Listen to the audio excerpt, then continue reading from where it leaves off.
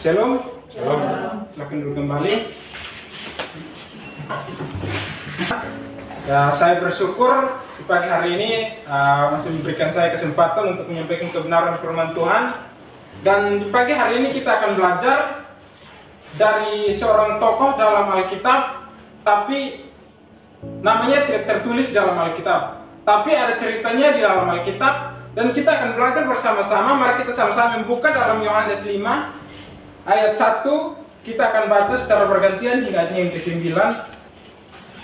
Saya ayat 1, teman-teman ayat 2, dan di ayat yang ke-9 kita akan baca secara bersama-sama. Yohanes pasal 5 ayat 1 hingga ayat yang ke-9. Lembaga Alkitab Indonesia memberikan judul Penyembuhan pada hari Sabat di kolam Bethesda. Sesudah itu ada hari raya orang Yahudi dan Yesus berangkat ke Yerusalem.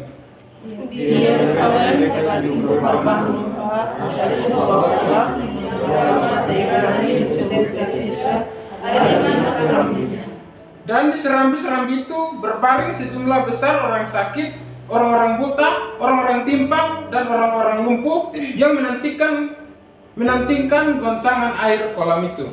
Sebab sewaktu-waktu mereka berada di kolam itu dan mengucapkan air itu, barang siapa yang terdahulu masuk ke dalamnya, sesudah goncangan air itu menjadi sembuh apapun juga penyakitnya. Di situ ada seorang yang sudah 38 tahun lamanya sakit. Ketika Yesus melihat orang itu berada di situ dan karena ia tahu bahwa ia telah lama dalam keadaan itu, berkata ia kepadanya, "Maukah kau sembuh?"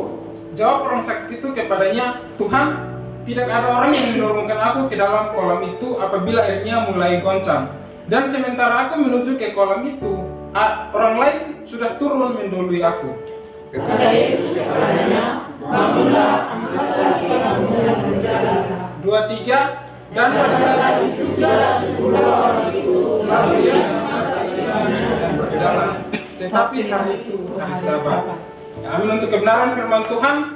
Saudara-saudara yang diberkati Tuhan, di sini jelas tadi saya berkata bahwa kita akan belajar dari seorang tokoh dalam Alkitab, tapi namanya tidak tercantum di dalam Alkitab. Tapi ada ceritanya, bahkan menjadi sejarah sampai hari ini, dan kita akan belajar bersama-sama. Di sini Alkitab sudah jelas bahwa Alkitab hanya berkata ada seorang sakit. Nah, tema yang saya berikan di pagi hari ini supaya kita belajar bersama-sama, yaitu maukah engkau sembuh? Di sini mungkin ada dari antara kita yang sakit, atau mungkin ada yang sakit dan lain sebagainya. Tetapi di sini tema yang saya berikan yaitu maukah engkau sembuh? Ini adalah suatu pertanyaan Yesus kepada orang sakit itu, bahwa maukah engkau sembuh? Di sini ayat 1 berkata bahwa pada hari raya orang Yahudi. Saya tidak tahu itu hari raya apa. Saya sudah mencari tahu di Google dan di beberapa buku tafsiran, tapi saya tidak menemukan itu hari raya apa. Jadi ya, bagi saya tidak penting supaya kita mengetahui itu hari raya apa, tetapi yang terpenting adalah apa yang tidak ditulis Alkitab. Kita bicarakan tentang apa yang ditulis saja di dalam Alkitab. Nah, tema yang saya berikan ini adalah maukah engkau sembuh? Di sini kita melihat bahwa dari pasal 5 ayat 3 sampai di ayat 3, di situ berkata bahwa di serambi-serambi itu berbaring sejumlah besar orang sakit. Di sini sejumlah besar artinya begitu banyak orang sakit yang datang dan duduk ke serambi-serambi di kolam Bethesda itu supaya apa? Menantikan goncangan air itu supaya mereka bisa sembuh, mereka pulih dari penyakitnya. Di sini ada penyakit yaitu di sini ada penyakit orang-orang timpang, orang-orang lumpuh. Mereka menantikan supaya air itu bergoncang dan mereka masuk. Orang timpang artinya kakinya sebelah pendek, sebelahnya tinggi. Itu orang timpang. Jadi saudara-saudara yang diberkati Tuhan, di sini Yesus bertanya kepada dari sejumlah besar orang sakit itu, Yesus datang kepada salah satu seorang yang 38 tahun lamanya berbaring di situ. Alkitab hanya mencatat bahwa dia berbaring. Kita tidak tahu dia lumpuh atau apa, tapi saya melihat bahwa beberapa penafsir berkata bahwa orang itu lumpuh, sehingga dia berbaring 38 tahun. 38 tahun dia lockdown. dia berbaring di kolam itu dan menunggu supaya goncangan air itu dia bisa masuk dan dia bisa sembuh. Saudara-saudara, ketika Yesus datang kepada dia, Yesus bertanya kepada dia, maukah engkau sembuh? Saudara-saudara, ini adalah suatu pertanyaan yang sangat luar biasa. Ini bukan pertanyaan yang menghina, pertanyaan yang sia-sia, atau pertanyaan yang basa-basi, pertanyaan yang konyol. Tetapi ini adalah suatu pertanyaan yang sangat luar biasa, yang mengandung arti kepada orang sakit itu, orang lumpuh itu. Yesus bertanya kepada dia, maukah engkau sembuh? Contoh ketika kita berjalan dengan mobil, lalu kita melihat ada orang benarin mobil di pinggir jalan. Kita sudah tahu mobilnya rusak. Lalu kita datang dan bertanya, apakah kamu benarin mobil? Apakah kamu memperbaiki mobil? Padahal kita sudah tahu bahwa mobilnya rusak sehingga dia memperbaiki. Atau kita datang kepada suatu rumah sakit, lalu dokter itu bertanya kepada kita, maukah engkau sembuh? Seandainya kita tidak mau supaya sembuh, mengapa kita harus pergi ke rumah sakit itu? Begitupun dengan Yesus, dia sudah tahu bahwa ini orang sakit yang dia inginkan, yang dia butuhkan, dia tunggu selama 38 tahun, yaitu kesembuhan. Tetapi Yesus datang, Yesus masih bertanya kepada dia, maukah engkau sembuh? Saudara-saudara yang diberkati Tuhan, ini adalah pertanyaan di mana sudah mengetahui jawabannya, tetapi masih mencoba untuk bertanya.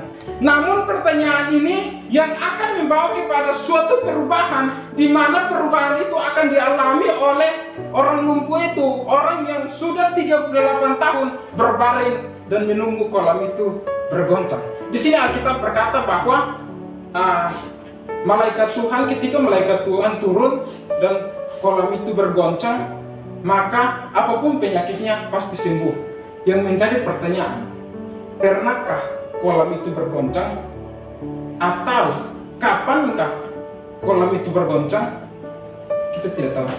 Alkitab tidak mencatatnya bahwa pernah kolam itu bergoncang, atau sudah berapa tahun yang lalu dia bergoncang, sehingga mereka mengambil suatu kepercayaan bahwa ketika malaikat Tuhan turun ke kolam itu dan mereka turun ke dalam kolam itu, mereka menjadi sembuh apapun penyakitnya.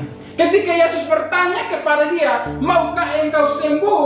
Di sini saudara-saudara, di sini akan membawa kepada suatu perubahan di mana orang lumpuh ini tidak akan kembali kepada masa lalunya, yaitu tidur terus sebagai orang lumpuh, tetapi dia akan bangkit dan menjadi seorang yang berubah, mendapat suatu perubahan di mana tidak akan kembali ke masa lalunya. Saudara-saudara yang diberkati Tuhan, mengapa Yesus bertanya, maukah engkau sembuh? Ya karena ada sejumlah besar orang sakit. Saudara-saudara, 38 tahun itu bukan waktu yang sangat singkat. 38 tahun di sini Alkitab mencatat bahwa ada gelamnya, ada tempat tidurnya. Artinya, ya mungkin dia berbaring dekat situ supaya tidak banyak bergerak. 38 tahun mungkin yang dia bisa lakukan adalah mengurus dirinya sendiri. Entah dia mendapat kasihani dari orang memberi dia makan, atau dia hanya mandi atau cuci muka, tidak tahu. Tetapi saudara-saudara yang diberkati Tuhan, yang jelas 38 tahun yang bisa dia lakukan adalah mengurus dirinya sendiri. Karena di sini tidak mencatat bahwa ada keluarganya yang mengurusnya. Tetapi 38 tahun dia duduk sendiri dan menunggu kapan kolam itu bergoncang. Saudara-saudara, kalau sesuatu menjanjikan kesembuhan, entah itu mau obat, itu mau dokter atau tempat apapun, yang jelas orang sakit akan berbondong-bondong datang kepada tempat itu, asalkan tempat itu menjanjikan suatu kesembuhan. Ketika Yesus bertanya kepada dia, maukah engkau sembuh? Di sini kita melihat bahwa orang itu menjawab bahwa orang sakit itu kepadanya, Tuhan, tidak ada orang yang menurunkan aku ke dalam kolam itu apabila airnya mulai goncang. Dia sudah tahu tidak ada orang yang menurunkan dia ke kolam itu kalau airnya bergoncang. Pertanyaan Yesus seharusnya membuat dia sadar, pertanyaan Yesus seharusnya membuat dia memikirkan bagaimana dia bisa sembuh. Karena apa? Kalaupun kolam itu pernah bergoncang, yang jelas kan di sini Alkitab berkata bahwa siapa yang masuk terlebih dahulu akan menjadi sembuh apapun penyakitnya. Yang menjadi pertanyaan, dia kan orang lumpuh, tidak bisa bergerak, setiap hari kerjanya hanya tidur dan menunggu kolam itu bergoncang. Yang jelas sampai kapanpun dia tidak akan berhasil untuk masuk ke kolam itu. Sampai kapanpun dia tidak akan berhasil masuk ke kolam itu supaya bisa mendapat kesembuhan. Karena apa? Dia hanya bisa tidur, bergerak di tempat dan tidak bisa melakukan apa-apa. Yang terlebih dahulu masuk ke kolam itu adalah mereka yang mungkin sakit hati atau mereka yang sakit kepala dan lain sebagainya. Yang jelas mereka lebih terdahulu masuk ke kolam itu. Karena apa? Ya mereka bisa berjalan, bisa berlari. Jadi pertanyaan Yesus seharusnya membuat dia sadar bahwa dia tidak akan sembuh jikalau dia menunggu, dia berharap kolam itu bergoncang. Itu maksud dari pertanyaan Yesus. Seharusnya membuat dia sadar bahwa sampai kapanpun dia tidak akan sembuh ketika kolam itu bergoncang. Karena dia tidak bisa jalan, bagaimana dia bisa masuk ke kolam itu terlebih dahulu kalau dia hanya bisa berbaring. Saudara-saudara yang diberkati Tuhan, 38 tahun dia menunggu kesembuhan dari Yesus. Ketika Yesus bertanya, di sini jawaban dari orang itu seharusnya dia berkata, "Ya Tuhan, saya mau sembuh." Tapi justru dia berkata, "Tuhan, ketika kolam itu bergoncang, tidak ada yang mau menurunkan aku."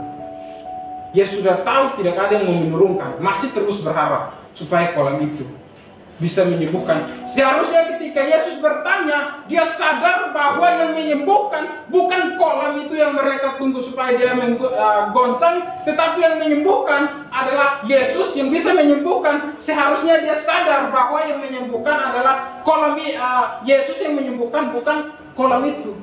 Itu maksud dari pertanyaan Yesus. Seharusnya membuat dia sadar bahwa yang menyembuhkan adalah Yesus, bukan kolam itu.